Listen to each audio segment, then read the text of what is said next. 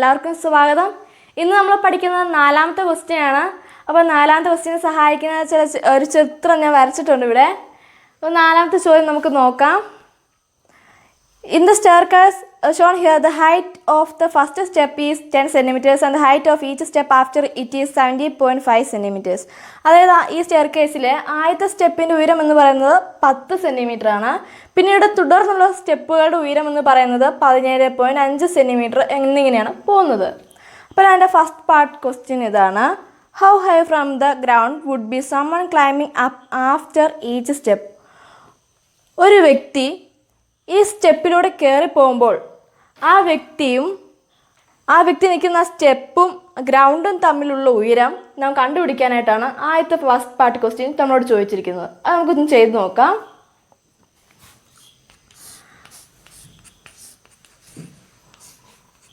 After first step, അതായത് ആദ്യത്തെ സ്റ്റെപ്പിന് ശേഷം. അപ്പോൾ ആദ്യത്തെ സ്റ്റെപ്പിൽ ഒരു വ്യക്തി നിൽക്കുമ്പോൾ ഇവിടെ ആയിരിക്കും നിൽക്കുക അല്ലേ? അപ്പോൾ ആ വ്യക്തിയും ഈ ഗ്രൗണ്ടും തമ്മിലുള്ള ഉയരം എന്ന് പറയുന്നത് 10 സെൻറ്റിമീറ്റർ ആണ്. ഇനി അടുത്ത രണ്ടാമത്തെ സ്റ്റെപ്പിൽ ഈ വ്യക്തി നിൽക്കുമ്പോൾ ഈ സ്റ്റെപ്പിലായിരിക്കും നിൽക്കുക അല്ലേ? അപ്പോൾ ആ വ്യക്തി നിൽക്കുന്നതുമായി ഗ്രൗണ്ടും തമ്മിലുള്ള ഉയരം എത്രയായിരിക്കും? 17.5, പിന്നെ ഇവിടെ 10 അല്ലേ? അപ്പോൾ രണ്ടും കൂട്ടി 27.5 സെൻറ്റിമീറ്റർ ആയിരിക്കും. അപ്പോൾ after second step,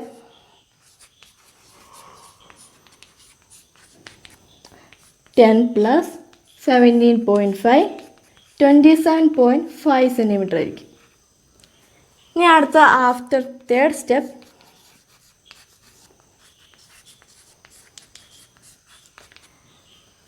മൂന്നാമത്തെ സ്റ്റെപ്പിൽ നിൽക്കുമ്പോൾ അടുത്ത ഉയരം എവിടം വരെ ആയിരിക്കും? 27.5 സെൻറ്റിമീറ്ററിനൂടെ ഈ 17.5 കൂടെ കൂട്ടണം. അപ്പോൾ 27.5 പ്ലസ് 17.5 എത്രയാണ്? 45 സെൻറ്റിമീറ്റേഴ്സ്. ഇനി അടുത്ത നാലാമത്തെ സ്റ്റെപ്പ് നിൽക്കുമ്പോൾ അദ്ദേഹം ഇവിടെ ആയിരിക്കും നിൽക്കുക. ഇത് കൈയാണ് കേട്ടോ.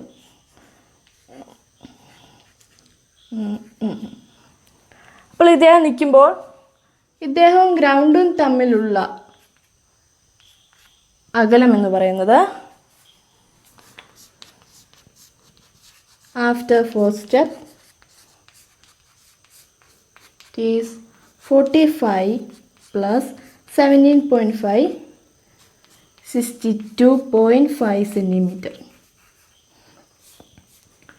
അപ്പോൾ ഫസ്റ്റ് പാർട്ട് ക്വസ്റ്റ്യൻ നമ്മൾ ചെയ്തു. ഇനി സെക്കൻഡ് പാർട്ട് ആ ക്വസ്റ്റ്യൻ നമുക്ക് ചെയ്യാം. Write this numbers as a sequence. ഇതൊരു ശ്രേണി രൂപത്തിൽ എഴുതാനാണ് ഇവിടെ പറഞ്ഞിരിക്കുന്നത്. സീക്വൻസ് അല്ലെങ്കിൽ ശ്രേണി എന്താണെന്ന് നിങ്ങൾക്കറിയാം. അപ്പോൾ നമുക്ക് സീക്വൻസിൻ്റെ ശ്രേണി രൂപത്തിൽ എഴുതാം. ആദ്യത്തേത് 10 സെൻറ്റിമീറ്റർ ആണ്. രണ്ടാമത് നോക്കുക 27.5. അടുത്തത് 45, പിന്നീട് 62.5, ഇങ്ങനെ തുടർന്നു പോകും. അപ്പോൾ ഈ നാലാമത്തെ ക്വസ്റ്റ്യൻ നമ്മൾ ചെയ്തു. ഇനി അടുത്ത ക്വസ്റ്റ്യൻ നമുക്ക് ചെയ്യാം. അപ്പോൾ അഞ്ചാമത്തെ ക്വസ്റ്റ്യൻ ഇതാണ്. In this picture the perpendiculars to the bottom line are equally spaced. Prove that continuing like this the lengths of the perpendiculars form an arithmetic sequence. അപ്പോൾ ചോദ്യത്തിൽ പറഞ്ഞിരിക്കുന്നത് എന്തെന്ന് വെച്ചാൽ, ഈ ചിത്രത്തിലെ താഴത്തെ വരയോട് ഒരേ അകലം പാലിച്ച് ലംബങ്ങൾ വരച്ചിരിക്കുന്നു. ഈ ലംബങ്ങളുടെ നീളം ഒരു സമാന്തര ശ്രേണിയാണെന്ന് നാം പ്രൂവ് ചെയ്യണം എന്നാണ് പറയുന്നത്. ഇതെങ്ങനെ ചെയ്യാമെന്ന് നമുക്ക് നോക്കാം. ആദ്യം നമുക്ക് ഇതിനെല്ലാം ഓരോ അക്ഷരങ്ങൾ കൊടുക്കാം. ABCD E.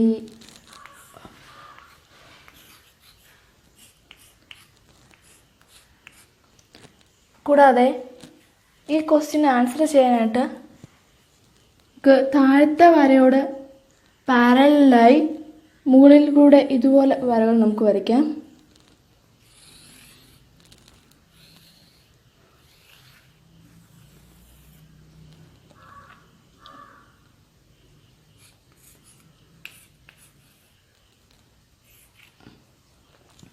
ഇവിടെ നോക്കുക, ഇത് പെർപെൻഡിക്കുലർ ലൈൻസ് ആണ് അല്ലെങ്കിൽ ലംബങ്ങളാണ് എന്ന് ചോദ്യത്തിൽ തന്നെ പറഞ്ഞിട്ടുണ്ട്. അതുകൊണ്ട് ഈ കോണളവുകൾ 90 ഡിഗ്രി ആയിരിക്കും എപ്പോഴും. കൂടാതെ ഇതിനോട് പാരലൽ വരയ്ക്കുന്ന വരയുടെ ആംഗിളും ഇവിടെ 90 ഡിഗ്രി ആയിരിക്കും. അപ്പോൾ ഈ ത്രികോണങ്ങൾ, ഈ ചെറിയ ത്രികോണങ്ങളെല്ലാം മട്ട ത്രികോണങ്ങൾ, റൈറ്റ് ആംഗിൾഡ് ട്രയാങ്കിൾ ആണെന്ന് നമുക്ക് കാണാൻ സാധിക്കും. ഈ IJ, HK, GL എന്നതെല്ലാം ഒരേ നീളമുള്ള വരകളാണ്. കാരണം നമ്മൾ ക്വസ്റ്റ്യൻ തന്നെ പറഞ്ഞിട്ടുണ്ടായിരുന്നു. കാരണം BC, CD, D ഇതെല്ലാം ഒരേ അകലം പാലിച്ചാണ് ഈ ലംബങ്ങൾ വരച്ചിരിക്കുന്നതെന്ന്. അതുകൊണ്ട് ഈ മട്ട ത്രികോണം ഈക്വൽ ട്രയാങ്കിൾസ് ആണെന്ന് നമുക്ക് പറയാൻ കാര്യം ഇവിടെ നോക്കുക, ഈ A എന്ന ആംഗിൾ I എന്ന ഇവിടുത്തെ ആംഗിളും എപ്പോഴും ഒരുപോലെ ആയിരിക്കും. ഈ H എന്നതും G എന്നതെല്ലാം ഈക്വൽ ആംഗിൾസ് ആയിരിക്കും. കാരണം ഈ വരയോട് പാരലായാണ് ഈ വര വന്നിരിക്കുന്നത്. അപ്പോൾ ഇതിനൊരു കണ്ടിന്യൂഷൻ വന്നാൽ I എന്ന ഈ ആംഗിളും A എന്ന ആംഗിളും ഓൾട്ടർനേറ്റ് ആംഗിൾസ് ആണ്. അതുകൊണ്ട് അത് രണ്ട് ആംഗിളുകളും ഈക്വലാണ്. കൂടാതെ ASA തിയറി പ്രകാരം ഈ കുഞ്ഞു ത്രികോണങ്ങളെല്ലാം ഈക്വൽ ട്രയാങ്കിൾസ്, അതായത് തുല്യ ത്രികോണങ്ങളാണ്. അതുകൊണ്ട് അതിൻ്റെ 3 വശങ്ങളും ഒരുപോലെ ആയിരിക്കും. അപ്പോൾ നമുക്കിപ്പോൾ IB എന്നത് X എന്നെടുക്കാം.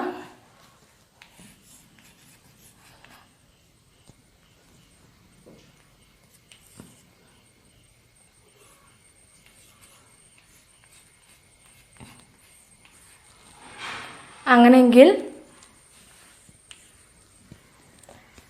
HJ, GK, FL എന്നതെല്ലാം ഒരേ അളവിലുള്ളതാണ് എന്ന് നമ്മൾ മുന്നമേ കണ്ടിരുന്നു. കാരണം ഈക്വൽ ട്രയാങ്കിൾസ് ആണ്. അങ്ങനെയെങ്കിൽ HJക്ക് D എന്ന് കൊടുക്കാം, ഇവിടെയും D എന്ന് കൊടുക്കാം, ഇവിടെയും D എന്ന് കൊടുക്കാം. അപ്പോൾ CH എന്ന വരയുടെ ഉയരം X+D ആണ്. DG എന്നതിൻ്റെ ഉയരം S+2D ആണ്. അവിടെ 2D ആണ് വരുന്നത്. ഈ ഡിയും കൂട്ടി 2D. ഇനി EF S+3D ആണ്. ഇനി നമുക്ക് കണ്ടുപിടിക്കേണ്ടത്, ഇതൊരു സീക്വൻസ് രൂപത്തിൽ എഴുതാനായിട്ട് ക്വസ്റ്റ്യന് പറയുന്നുണ്ട്. നമുക്കിത് തന്നെ ഒരു സീക്വൻസ് രൂപത്തിൽ എഴുതാം. അതായത് ശ്രേണി രൂപത്തിൽ എഴുതാൻ X ആണ് ആദ്യത്തെ ഫസ്റ്റ് ടേം, പിന്നീട് S+D, തേർഡ് S+2D, പിന്നീട് ഫോർത്ത് ടേം, നാലാം പദം S+3D എന്ന് കാണാൻ സാധിക്കും. അങ്ങനെയെങ്കിൽ ഇതിൻ്റെ കോമൺ ഡിഫറൻസ്, പൊതുവ്യത്യാസം എന്തായിരിക്കും? S+D എന്നത് ഒരു ടേമാണ്. അതിൻ്റെ തൊട്ട് പിന്നിലെ പദം കുറച്ചാൽ നമുക്ക് കോമൺ ഡിഫറൻസ് ലഭിക്കും. S+Dയിൽ നിന്ന് S മൈനസ് ചെയ്താൽ, S കുറച്ചാൽ നമുക്ക് ലഭിക്കുന്നത് S+D മൈനസ് SB ആണ്. ഇനി അടുത്ത നോക്കുക, S+2D നിന്നും S+D മൈനസ് ചെയ്താൽ എത്ര ലഭിക്കുമെന്ന് നോക്കാം.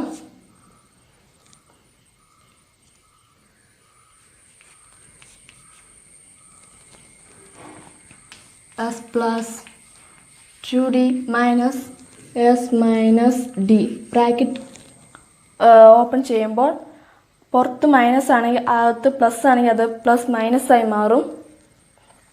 അങ്ങനെയെങ്കിൽ 2D minus D that gives D. അപ്പോൾ ഇവിടെ നോക്കുകയാണെങ്കിൽ D ആണ് കോമൺ ഡിഫറൻസ് ആയി വന്നിരിക്കുന്നത് കാണാൻ കഴിയും. അപ്പോൾ BI, CH, DG, EF എന്നീ പെർപെൻഡിക്കുലർ ലൈൻസ്, ലംബങ്ങൾ നീളം ഒരു സമാന്തര ശ്രേണിയിലാണ് പോകുന്നതെന്ന് നമുക്ക് പറയാൻ സാധിക്കും. അപ്പോൾ നമ്മൾ 5ാമത്തെ ക്വസ്റ്റ്യൻ്റെ ആൻസർ ചെയ്തു. നമുക്ക് 6ാമത്തെ ക്വസ്റ്റ്യനിലോട്ട് പോകാം. അപ്പോൾ 6ാമത്തെ ക്വസ്റ്റ്യൻ ഇതാണ്. The algebraic expression of a sequence is xn is equal to n cube minus 6n square plus 13n minus 7 is it an arithmetic sequence. ഇവിടെ ഒരു ബീജഗണിത രൂപം കൊടുത്തിട്ടുണ്ട്. അതുപയോഗിച്ചൊരു സീക്വൻസ് ഉണ്ടാക്കുകയാണെങ്കിൽ അതൊരു സമാന്തര ശ്രേണിയാണോ എന്നും നാം കണ്ടുപിടിക്കണം എന്നാണ് ആ ചോദ്യത്തിൽ പറയുന്നത്. നമുക്ക് 6ാമത്തെ ക്വസ്റ്റ്യൻ ചെയ്യാം. അവിടെ algebraic expression xn last term എന്ത് ടേം ഇവിടെ കൊടുത്തിട്ടുണ്ട്. xn ആണത്. xn is equal to n cube minus 6n square plus 13n minus 7. അപ്പോൾ ഇതുപയോഗിച്ച് സീക്വൻസ് നിർമ്മിക്കണമെങ്കിൽ നാം അതിൽ സീക്വൻസിലെ ടേമുകൾ ആദ്യം കണ്ടുപിടിക്കണം. ഇപ്പോൾ x1 ഫസ്റ്റ് ടേം നമുക്ക് കണ്ടുപിടിക്കാം. എന്ത് സ്ഥാനത്ത് ഒന്നിടുക. 1 cube minus 6 into 1 square plus 13 into 1 minus 7. ഇവിടെ നോക്കുക. 1 ക്യൂബ് 1 ആണോ. 1 മൈനസ് 6 പ്ലസ് 13 മൈനസ് 7 നോക്കുകയാണെങ്കിൽ -5 പ്ലസ് 6 is equal to 1. 1ൽ നിന്ന് 6 പോകത്തില്ല. അപ്പോൾ നമുക്ക് കിട്ടുന്നത് നെഗറ്റീവ് ഒരു സംഖ്യയാണ്. 6ൽ നിന്ന് 1 കുറച്ചിട്ട് വലിയ സംഖ്യയായ 6ൻ്റെ ചിഹ്നം മൈനസ് ഉപയോഗിക്കുക. പിന്നെ 13 മൈനസ് 7 6 അങ്ങനെ -5 പ്ലസ് 6 അതായത് 6 മൈനസ് 5 1 ആണ്. അപ്പോൾ ഫസ്റ്റ് ടൈം കിട്ടി. ഇനി നമുക്ക് സെക്കൻഡ് ടൈം നോക്കാം. x2 is equal to 2 cube minus 6 into 2 square plus 13 into 2 minus 7.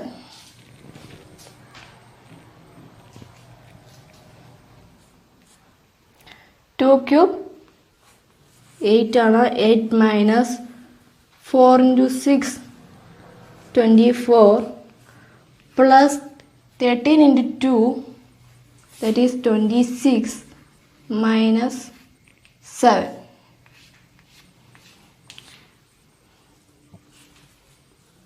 ഇത് -16 ആണ്. Plus 26 minus 7 is equal to 19. That gives 3. ഇപ്പോൾ സെക്കൻഡ് ടേം നമ്മൾ കണ്ടുപിടിച്ചു. ഇതിന് നമുക്ക് സീക്വൻസ് ആയിട്ട് ഇവിടെ എഴുതിയിടാം.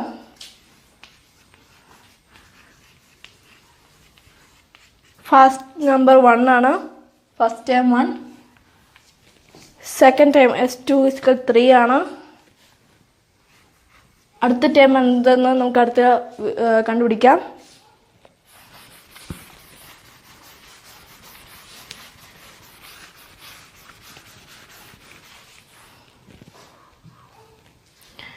x3 is equal to 3 cube minus 6 into 3 square plus 13 into 3 minus 7. That is 27 minus 54 plus 39 minus 7 is equal to minus 27 plus 32. That gives 5. അപ്പോൾ അടുത്ത സംഖ്യ തേർഡ് ടേം 5 ആണെന്ന് കണ്ടുപിടിച്ചു. ഫോർത്ത് ടേം നമുക്ക് നോക്കാം. 4 cube minus 6 into 4 square plus 13 into 4 minus 7.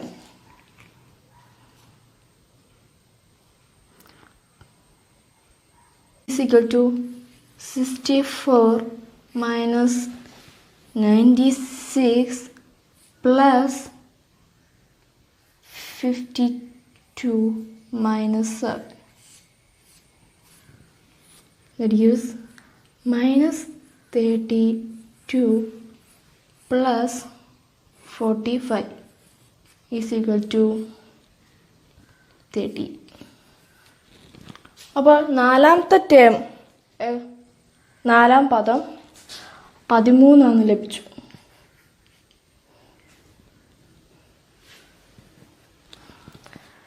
അങ്ങനെയെങ്കിൽ ഈ sequence ഒരു അരിത്തമെറ്റിക് സീക്വൻസ് ആണ്, അതായത് സമാന്തര ശ്രേണിയാണെന്ന് നോക്കാം. 3 1 പോയാൽ 2, 5 3 പോയാലും 2, പക്ഷേ 13 5 പോയാൽ ഇവിടെ 8 വരുന്നത്. അപ്പോൾ ഇവിടെ കോമൺ ഡിഫറൻസ് ഇല്ലെന്ന് കാണാൻ സാധിക്കും. അതുകൊണ്ട് ഇതൊരു അരിത്തമെറ്റിക് സീക്വൻസ്, സമാന്തര ശ്രേണിയല്ല എന്ന് നമുക്ക് മനസ്സിലാവും. കൂട്ടുകാരെ, ഇന്നത്തെ വീഡിയോ നിങ്ങൾക്ക് ഇഷ്ടമായാൽ നിങ്ങളുടെ കൂട്ടുകാരിലേക്ക് ഷെയർ ചെയ്യുക. തുടർന്നുള്ള എൻ്റെ വീഡിയോകൾ ലഭിക്കാനായി സബ്സ്ക്രൈബ് ചെയ്യുക. അപ്പോൾ അടുത്ത വീഡിയോ നമുക്ക് വീണ്ടും കാണാം. ബൈ.